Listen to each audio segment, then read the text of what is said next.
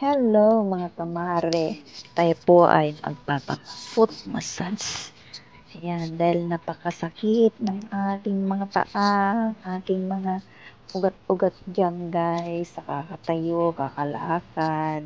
Ayan, time to foot massage. Ayan. At ang aking foot massage girl na babae, ito ay napakagaling talaga. Yan. Ang sarap ng feelings pag ito ay kanilang minamasahe at alam niya kung nasaan yung masakit. Yan, usually masakit dyan sa may ankle, paa ko, yan sa may bukong-bukong na may masakit dyan. Ayan, di ko alam kung paano niya nakakapaalam niya, kung paano niya hanapin, yan may masakit, may na parang nararamdaman yan sa paa. Ang sarap-sarap na pakiramdam guys. Yan, parang yung minamasaya ko niyan ay para rin akong inaantok talaga. Sarap, parang masarap ko nang matulog. Yan, napakasarap ng feeling, napakagaan. Yan, at kung napipisil niya yung masakit, ay masakit din. Napapapikit din ako sa sakit. Pero maganda ang pakiramdam guys. Yan, subukan ko nyo guys, magpa-foot massage paminsan-minsan.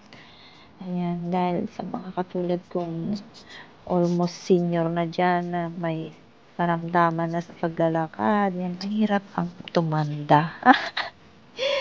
Yung tipong masakit na ang lahat. Yan, kulang na lang yung pahid-pahid na lang para gumaling.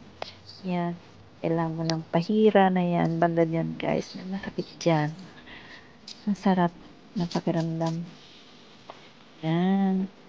So, napaparelax ako habang siya ay nagpapa-massage. Yan. Ang sarap ng pakiramdam. Massage tayo guys. Foot massage. Yan, ito lang gusto ko. Dahil napapagod ako sa paglalakad. Kakatayo. Dahil sa nature din ng trabaho.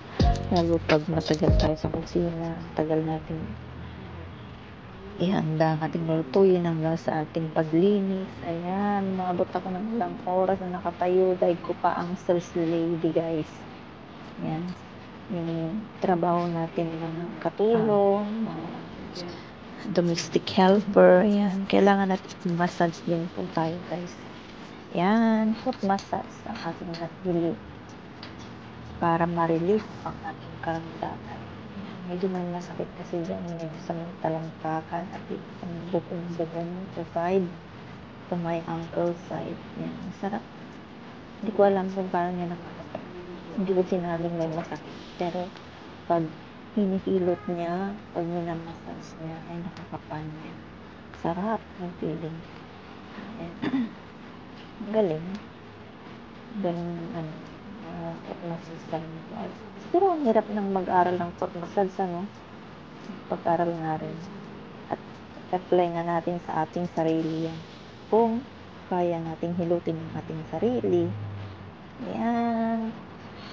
Guys, sana po mag-enjoy kayo sa ating pagpapamasahe. Nagigili na rin po guys. Habang ako ay nagre-record ng ating massage. Kahit ako ay naantok, feel na feel ko ang kanyang masagdang pa. Yan. At panandalian lang yan guys. Ilang oras na na-relax yung aking utak, yung ating pakiramdam. Ayan. Talagang feel na feel ko ang massage na. Ayan. Mag-enjoy rin tayo minsan. I-libre rin natin ang ating i-treat natin, i-libre ang ating sarili. Magpa-massage tayo. Dahil wala tayong pambili ng ating mga massager machine. Ayan. So, walang tagahilot. Ayan. Kaya ito, magpapaservice tayo paminsan-minsan sa ating buwan para tayo ay ma-relax din paminsan-minsan. Ayan mga kamari, ang sarap ng feeling ng minamasahe for the first time na may magmamasahe sa aking paa. Ayan, masakit po dyan guys. Ito, may pa-libre pa guys. May pa-massage pa sa likod, sa batok, yan, sa likod. Ayan, sarap. Pinakalikan pasabog niya talaga ang ating likod, ng ating likod na masarap. Sakit. Yan, namamasaya pati yung ulo ko. Yan, napaka-relax ko lang naman. Yan, thanks for watching. Sana po nag-enjoy pong lahat. At i-treat din po natin ating sarili. Yan, alam mo.